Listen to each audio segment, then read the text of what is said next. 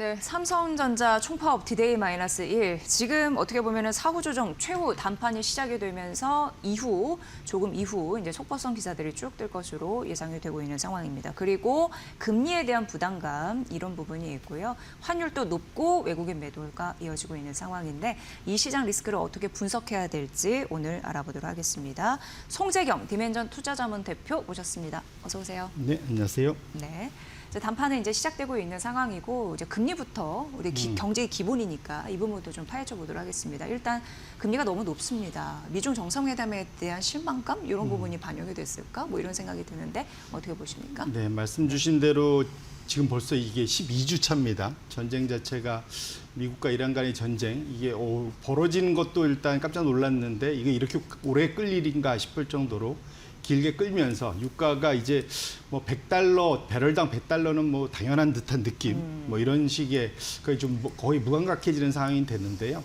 어쨌거나 최근 들어서 지난주 초반까지만 해도 분위기 좋았죠. 사실은 우리나라도 뭐 8,000선 한번 거의 찍고 이제 내려오고 뭐 이런 상황이었긴 한데 최근 들어서 그러니까 전쟁 시작과 지금까지를 절반으로 한번 나눠보면 3월 한 달은 전반적으로 걱정 됐고 4월부터는 주식시장이 바닥 찍고 상당히 가파르게 올랐었던 그 흐름이었는데 그 기간 중에 매크로 지표, 대표적으로 유가와 금리는 상황이 여전히 좀 안 좋은 상황이었다는 측면에서 주가와 매크로가 지표가 서로 따로 노는 모습이 이제 가장 큰 좀 최근 들어서 이런 그 소위 변동성이 커지는 장세의 가장 큰 원인이다 보셔야 될 것 같아요. 이 차트 하나만 보면 직관적으로 이해가 되실 텐데 붉은색이 S&P 500 차트고요. V자로 제대로 반등을 했죠. 최근에 이제 조정받기 시작했는데 우리나라 뭐 코스피도 마찬가지입니다. 반면에 이제 파란색이 미국의 국채 금리 요거 이제 역축입니다. 내려가면 금리가 올라가는 겁니다. 검정색 선이 유가인데 이것도 역축 거꾸로 그려놓은 거라 내려가면 그 유가가 올라가는 겁니다. 결론적으로는 그 유가가 올라가고 유가 때문에 물가 자극 받으면서 금리가 우상향하는 이 추세가 4월 상반월은 괜찮았는데 하반월에 다시 강해지면서 이 주가와 서로 따로 노는 모습. 이게 이제 그 조사위에 어떤 일이 있었냐면 우리가 AI발 엄청난 호실적을 우리가 만끽을 했죠. 그래서 꼭 실적이 모든 걸 이길 거야라는 우리 이제 희망, 자신감 뭐 이런 걸 얻긴 했는데 어쨌든 지난주에 그 가장 큰 기저에는 뭐 있냐면 사실은 결국은 이란 전쟁은 조만간 다 끝나고 유가도 내려올 거야라는 그 기대가 있었는데 지난주 미중 정상회담까지 마무리됐지만 여전히 해결이 안 되고 이것 자체가 결국은 금리가 결국 못 견디고 더 우상향하는 모습들이 나타나면서 이제 실적 시즌 다 끝났죠. 이제 오늘 밤에 있는 엔비디아 실적이 거의 최종 마무리일 것 같은데 그 이후부터 그래서 사실은 지난주 후반부터 매크로 지표가 눈에 들어오기 시작한 거다. 투자자들 눈에. 그러면서 우리만 나 혼자 달린 거 아니야? 주가만 너무 과하게 올라간 거 아니냐라는 걱정이 최근에 금리 상승과 더불어서 상당한 경계심 또 차익 실현에 대한 욕구 뭐 이런 것들을 상당히 불을 지피면서 이번 주 들어서 특히 이제 미국과 우리나라의 조정이 좀 더 나타나고 있는 거다 이렇게 정리할 수 있을 것 같습니다. 네. 시장은 글로벌 국채 금리가 올라가는 걸 별로 안 좋아하잖아요. 근데 그런 부분이 앞으로 지속이 될까? 그리고 달러 강세 역시 지속이 될까? 원화에도 영향을 미치기 때문에 어떻게 보시나요? 왜냐하면 오늘 또 1,511원까지 환율이 이제 급등하는 흐름들이 있었습니다. 뭐 그동안은 환율 급등을 뭐라고 그럴까요? 생각 안 하고 그냥 주가가 올랐다면 이렇게 조정할 될 때는 이런 부분도 걸리는 거잖아요. 맞습니다. 네, 어떻게 보십니까? 말씀 주신 대로 우리나라 사실 지금 10년물 금리 혹시 살펴보신 분들은 느꼈지만 엄청나게 올랐습니다. 최근 한 달 동안 우리나라가 사실 전 세계에서 금리 상승률이 거의 1등이거든요. 상승률로만 놓고. 그래서 지금 4.2, 4.3까지 지금 가고 있고 미국은 4.6 뭐 이렇게 도달하고 있는데 어쨌든 지금 흐름 자체는 지금 이제 거의 채권 투자자들, 주식 투자자들 서로 이제 생각이 다릅니다. 주식 투자자들은 기본적으로는 항상 희망을 먹고 꿈을 꾸면서 이게 산다 보시면 좋을 것 같고 미래를 보고 반면에 채권 투자자들은 항상 좀 보수적이죠. 경제는 항상 좀 안 좋을 거야. 그래서 금리 내려갈 거야. 그래야만 채권 가격이 올라가니까. 그래서 이제 주식 시장과 채권 시장의 투자자들이 항상 서로 반대적인 생각을 갖고 있는데 지금 차트가 하나 열려 있죠. 지금 왼쪽에 보시면 영국, 미국, 프랑스, 일본 2020년까지 거의 40년 동안 흘러내려오던 장기 금리가 코로나 이후에 본격적으로 우상향하기 시작하면서 지금 보시면 2000년도 초반 수준을 넘어가기 시작하는 거의 이제 30년, 20년 만에 최고치를 지금 찍고 계속 우상향하고 있다라는 거. 결국은 이것 자체가 저 안에 보시면 영국, 미국, 프랑스, 일본 다 공통점이 뭐냐면 정부의 부채가 너무 많습니다. 일본은 GDP 대비 240%, 지금 미국도 120%, 프랑스, 영국도 120, 30% 되거든요. 그러다 보니까 이제는 너무 빚을 많이 지니까 너희 과연 갚을 수 있겠어라는 인플레이션과 겹치면서 이것이 이제 결국은 장기 오래 빌려주면 물가 우리 올라간 것 때문에 내 실질 구매력 떨어지니까 금리 더 내놔. 이제 이게 계속 올라가고 있는 거거든요. 근데 지금 최근 들어서 올해 제가 전에도 몇 번 말씀드렸던 것 같은데 지금 이 기준금리들 각국의 정책금리들을 올해 많이 올릴 것 같다. 한 2번씩은 올릴 것 같다 말씀드렸는데 그 가장 큰 이유가 뭐냐면 최근에 물가가 고유가발 물가도 올라서 그러는데 정책금리하고 CPI 그 격차를 제하고 나면 실질적인 정책금리가 나옵니다. 네. 그게 지금 보면 영국이 거의 보합권이고 미국, 일본, 유럽이 다 마이너스입니다. 그러니까 사실 뭐냐면 지금 물가를 못 쫓아갈 정도로 금리가 낮은 상황인 거예요.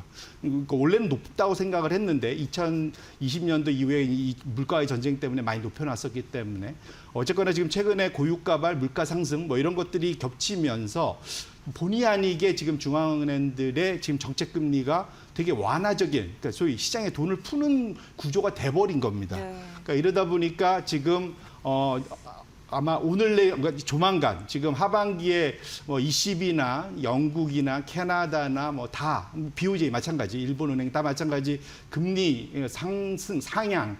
조정 레이스에 좀 돌입을 할 것 같고요. 미국조차도 지금 원래는 연내 동결이 목표였는데 지금 분위기는 이번 여름 지나면은 올려야 되는 거 아니냐라는 얘기까지 나오는데 전반적으로는 지금 다 지금 뭐랄까 시장에 금리를 올린다는 얘기는 유동성이 좀 떨어지는 그런 상황이죠. 그러니까 우리 주식 투자자들 입장에서는 썩 달가운 상황은 아니다. 그러니까 이러다 보니까 달러가 일단 좀 강세로 가고 거기에 맞춰서 나머지 우리 원화나 뭐 일본 엔화나 대만 달러 다 지금 약세로 좀 돌아섰는데 단기간입니다. 근데 어쨌거나 우리는 경상수지나 이런 것 때문에 생각을 해보면 경상수지 흑자가 GDP 대비 거의 15% 수준까지 나오는 상황이라서 이런 일시적인 변동성 때문에 소위 이제 환율이 다시 막 1,600원, 1,700원까지 갈 거냐 그렇지는 않고 지금은 일시적인 변동성이라고 생각을 하는데 어쨌거나 전반적인 전 세계적인 장기 금리의 우상향 기조 자체는 주식 투자 환경에서는 결코 바람직하지는 않는 상황인 것만은 분명하다 이렇게 말씀을 드립니다. 네. 금리는 워낙 이제 중요한 경제의 기본이라서 일단 우선 말씀드렸고요. 이제 국내로 왔을 땐 당연히 이제 삼성전자입니다. 총파업 하루 앞두고 지금 어떻게 보면은 최후 단판을 짓고 있는 그런 상황이고 사업부 부분별로 이거 배분에 대한 룰 이런 부분에 막판 진통을 좀 겪고 있다 이런 소식까지는 들려왔습니다. 그런데 이러한 파업 그리고 이제 인센티브 이제 원하는 그런 부분에 대한 단위 이런 부분 때문에 이게 삼성전자에 어떤 영향을 미치는지 이건 결국 메모리 반도체나 우리 시장에 영향을 또 주기 때문에. 맞습니다. 대표님은 어떻게 분석하시는지 궁금했습니다. 1차적으로는 진짜 파업이 이루어진다면 그건 좀 심각하죠. 이건 단순히 삼성전자나 삼성 주주들만의 이슈가 아니라 우리나라 전체 또 심지어는 전 세계 AI 생태계까지 영향을 줄 만한 엄청난 빅 이벤트입니다. 사실 그래서 이건 단순히 나 돈 많이 벌었으니까 돈 더 가져갈래 뭐 이 정도 이슈하고는 좀 차원이 좀 다른 거다 일단 보셔야 될 것 같고요. 어쨌든 그런데 현재 상황에서 지금 결론적으로 말씀드리면 거의 이제 서로 벼랑 끝 전술까지 그 단판까지 오긴 했는데 저는 기본적인 시나리오는 극적 타결이라고 생각을 합니다. 왜냐하면 그 이후의 후폭풍을 이거는 그러니까 그러니까 노조도 사실 감당하기 쉽지 않고 이게 우리나라 경제도 사실 감당하기 쉽지 않은 상황이고 거기에 대해서는 이제 컨센서스가 다 모여진 것 같아요. 그리고 디테일에서 이제 한두 가지만 넣고 서로 이제 마지막 절충한 하는 과정에 있다고 이제 알려져 있긴 한데 결정적으로 뭘까요? 노조가 적어도 지금 이제 여론까지 좀 돌아선 느낌? 이제 너무 돈 잘 벌어도 문제야, 뭐 이제 이런 거. 원래 통상적으로 노조가 파업하면 전반적으로는 동정 여론 또 지지 여론들이 적어도 꽤 있는 상황이었는데 지금은 그러지 못한다는 것. 이런 것들이 상당히 좀 중요한 이슈고 이것 자체가 파업의 동력을 많이 떨어뜨리고 있다. 이렇게 봐야 될 것 같고요. 무엇보다도 빅테크들이 기본적으로 이런 보너스를 나눠주는 스킴 자체가 삼성집 노조가 얘기하는 거하고 좀 많이 달라요, 지금. 전반적으로 다 어떤 식으로 하냐면 기본적으로는 이제 자사주를 사갖고 나눠줍니다. 대신에 3년에서 5년 락업을 걸어갖고 거기에 맞춰서 나중에 팔 수 있게끔 하면서 결국은 그 회사의 주주랑 소위 그 회사에 일하는 종업원이 같은 방향을 볼 수 있게끔 만드는 이 구조가 이제 많이들 정착이 돼 있거든요. 그래서 이참에 우리나라도 뭐 SK 하이닉스도 마찬가지지만 우리나라 기업들도 아예 주주와 그 안에 일하는 경영진과 노조, 이제 소위 종업원들이 다 같은 방향을 향해서 바라보면서 뛸 수 있게끔 이해관계를 다시 좀 바꾸는 근본적인 대책이 이 기회를 통해서 바꿔지면 참 좋겠다라고 생각을 하고 있습니다. 네. 삼성전자 이제 돈을 잘 벌면서 뭐랄까 노조원들도 자신의 이익 이런 부분을 기본적으로 가져가야 된다라는 것과 아니면 경영 측과는 좀 이렇게 첨예한 그런 대립의 과정을 저희가 보고 있는 상황인데 이게 향후 우리나라의 기업 문화에 또 어떤 또 방점을 찍게 될지 굉장히 궁금하다. 네. 제 3자 입장에서는 이런 생각이 일단 듭니다. 일단 삼성전자는 이렇게 되고요. 내일 이제 총파업 앞두고 지금 이제 단판이 이루어지고 있기 때문에 요게 결과에 따라 이제 반응할 것 같고요. 그리고 나서 우리가 생각해봐야 될 것이 엔비디아의 실적입니다. 내일 이제 뉴욕 시장이 장 마감하면 엔비디아 실적 발표 나오는데 오늘 좀 밀렸죠? 오늘 엔비디아 좀 밀렸죠? 근데 구원 투수가 과연 될 수 있을까? 어떻게 보십니까? 일단 결론부터 말씀드리면 구원 투수가 이제 좀 돼줬으면 좋겠다. 예, 지금 오히려 지금 상황은 좀 그런 것 같습니다. 일단 엔비디아 별명이 생긴 건 전에도 한번 소개시켜드렸던 것 같은데 작년 8월에 5조 달러, 그러니까 200달러 정도였죠. 그러니까 주당 200달러 넘으면 시가총액이 5조 달러인데 전 세계에서 가장 비싼, 그러니까 가장 큰 덩치 큰 회사가 돼 있는 상황이고 그 이후에 상당히 지지부진하면서 횡보디아 뭐 이런 오명을 썼죠. 워낙 주가가 옆으로 가서 그러다가 최근 한두 달 사이에는 상당히 많이 올라가면서 연초에 20% 이상의 상승을 보이면서 이제 엔비디아의 저력을 보여줬는데요. 어쨌거나 지금 그러니까 엔비디아의 실적이 하필이면 시장이 좀 변동성이 커져 있는 상황에서 나와서 기대감들이 더 큰 것만은 분명하다 말씀드리고 실적이 일단 좋을 거냐 나쁠 거냐 그거는 저는 의심치 않습니다. 실적은 단 한 번도 최근 분기 실적 한 2년 사이 3년 사이 발표할 때 단 한 번도 실적을 컨센서스 대비 미스한 적이 없고요. 항상 더 높게 나왔고 그다음에 그 이후 전망도 항상 좋게 나왔기 때문에 그것은 큰 이슈는 없을 것 같다. 일단 말씀드리고 싶은데 다만 시장이 그것을 만족하느냐 안 하느냐는 또 다른 이슈인 것 같아요. 그래서 워낙 눈높이들이 높은 상황이기 때문에 아까 그 첫 번째 차트로 다시 돌아가 주시면 최근 한 3개 분기의 실적 발표, 호실적 발표 이후에도 그 이후에 소실 그 다음 날 주가 하루짜리를 보면은 전반적으로 다 빠졌어요, 밑으로. 그리고 가장 최근 2월 달에는 뭐 미국 시장이 안 좋기도 했었지만 거의 한 6% 가까이 하락을 나타냈었고 최근 이걸 확장해서 한 2년 정도, 3년 정도로 확장을 해보면 2년 정도로 확장해보면 올라간 것보다 빠져있는 구간이 좀 더 많은 걸 확인하실 수가 있습니다. 그래서 그만큼 이제 투자자의 높이가 지금 높아져 있는 것만은 분명하다 보셔야 될 것 같고요. 그러다 보니까 보통 미국에서는 또 개별 종목들에 대한 옵션 거래를 많이 합니다. 이제 콜옵션, 풋옵션 다 거래를 많이 하는데 그 안에 지금 내재되어 있는 확률을 놓고 보면 이번 실적 발표 이후에 변동성이 다음 날 플러스 마이너스 8%. 엄청 큰 거죠. 이 큰 5조 달러가 넘는 이 대형 종목이 위아래로 저런 식으로 움직일 수 있게끔 지금 옵션 거래가 일어나고 있다는 것은 이게 시장에 엄청 좋을 수도 있지만 엄청 나쁠 수도 있는 그런 상황이 분명하다. 그래서 구원 투수면 좋겠는데 잘못하면 하루짜리 정도는 패전 투수가 될 수도 있는 그런 상황이 분명돼 있기 때문에 우리 투자자분들이 엔비디아에 대한 기대만으로 이제 그 소위 배팅을 하는 것 이것 자체는 그러니까 이걸 갖고 충분히 시장에 대한 배팅도 할 수 있잖아요. 근데 그것은 조금은 아직은 변동성이 커서 좀 위험한 상황인 것만은 분명하다 보셔야 될 것 같고요. 오히려 그 안에 소위 컨퍼런스 콜이나 이런 걸 통해서 나오는 소위 젠슨왕의 코멘트들이 되게 중요할 것 같아요. 소위 이제 대중국 이거 어떻게 할 건지 또 AI 생태계가 지금 시장에서 아직 걱정하는 사람 없지만 일부는 벌써 찰시 연달하는 분들이 있지 않습니까? 그들의 그런 불안감을 잠재워 줄 수 있는지 이런 것을 가지고 현재의 그러한 주가 변동성을 활용할 수 있는지의 그런 근거로 삼는 그러한 실적 발표 시기로 삼으면 좋을 것 같다 이렇게 말씀드립니다. 네. 앞서서 저희가 삼성전자 그리고 뭐 달러 강세 이런 부분에서 언급해 드렸는데 사실 이런 리스크 때문에 외국인 매도가 좀 지속된 거는 사실인 것 같습니다. 앞서서 저희가 머니코드에서도 하나증권의 이경수 위원님도 전화 연결을 해서 외국인 매도 그분 같은 경우에는 위원님 같은 경우에는 그래도 외국인 지분율이 늘어나서 긍정적이다 이런 얘기를 했거든요. 근데 그런 거 일단 전해드렸고 대표님은 어떻게 생각하시는지. 저 100% 동의한다. 그거 네, 무슨 말씀이냐면 아마 그 얘기 했을 것 같습니다. 코스피 네. 기준으로 연초에는 외국인 지분율이 36%였는데 지금은 38%로 맞아요. 오로 늘었다 그 얘기 많이 했을 것 같은데요. 제가 아마 몇 번 여러 번 그 얘기를 많이 이제 외국인 우리 일단 사이즈가 너무 커졌다 뭐 이런 얘기도 많이 드렸고 걱정하지 말자 말씀을 드렸었는데 기본적으로 그 외국인이나 하면 외국인 기관 투자자들이라 일단 보셔야 될 것 같고요.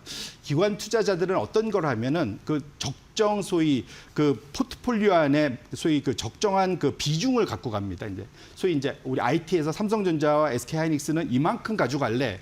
근데 그 사이 주가가 계속 올랐잖아요. 네. 그러면 그 비중을 넘어섭니다. 혼자 많이 올라가니까.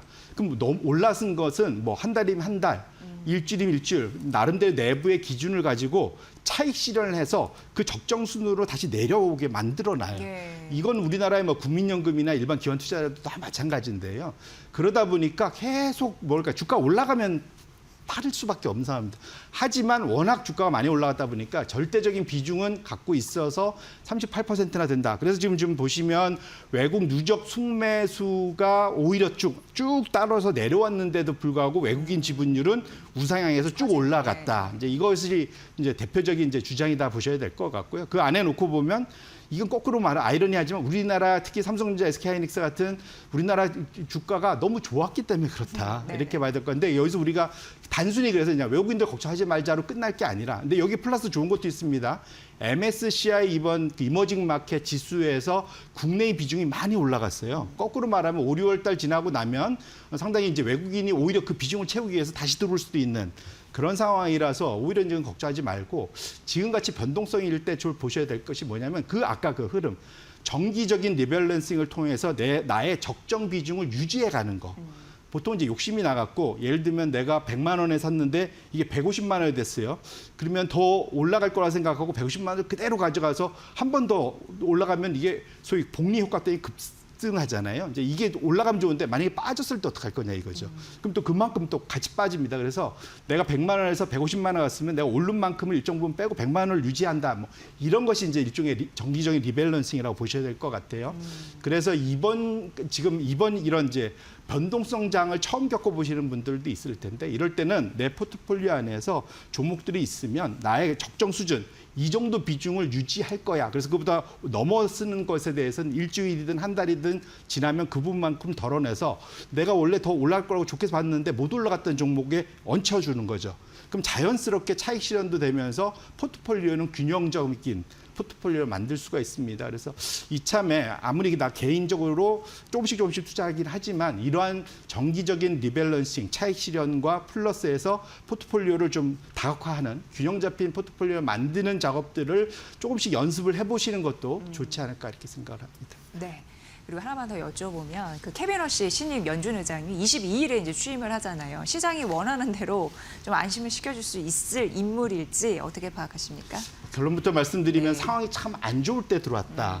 원래 워시는 좀 트럼프 말대로 속 시원하게 금리도 인하한다 뭐 이렇게 막 공언하고 싶을 텐데 오히려 지금 분위기는 그렇게 하면은 시장에 불난데에다가 기름을 끼얹는 부채질하는 격이 될 수 있습니다. 금리가 더 폭등할 수가 있습니다. 그래서 아마 워시가 말을 많이 아끼지 않을까 싶습니다. 아마 내일 미국 시간으로 아마 이제 취임식을 할 거고 뭔가 얘기를 할 텐데 뭐랄까요. 이번에 뭔가 시장을 흔들 만한 얘기를 할 가능성은 좀 낮다라고 보고 있고요. 그래서 가능하면 시장을 좀 안심시키는 얘기를 했으면 좋겠다 말씀을 드립니다. 통상적으로 신임 연준 의장이 들어오면 시장이 오히려 거꾸로 금리는 올라가고 주가는 빨아지는 소위 이제 신참 길들이기 뭐 이런 과거의 역사들이 늘 있어 왔었습니다. 다 한 번도 안 빼고. 그래서 벌써부터 그것에 대한 반응 아닌가라는 걱정들도 있긴 한데 어쨌거나 연준 의장한테 너무 많은 걸 기대하면 실망도 클 수 있기 때문에 투자자분들이 그와 관련해서 좀 한 발 떨어져서 보실 필요가 있겠다 이렇게 말씀드립니다. 네. 그래서 오늘은 삼성전자 파업 이슈와 금리 이 두 가지 축에서 시장 전반적으로 리스크와 그리고 전략 짜주셨습니다. 송재경 디멘전 투자자문 대표의 분석이었습니다. 대표님 고맙습니다. 네.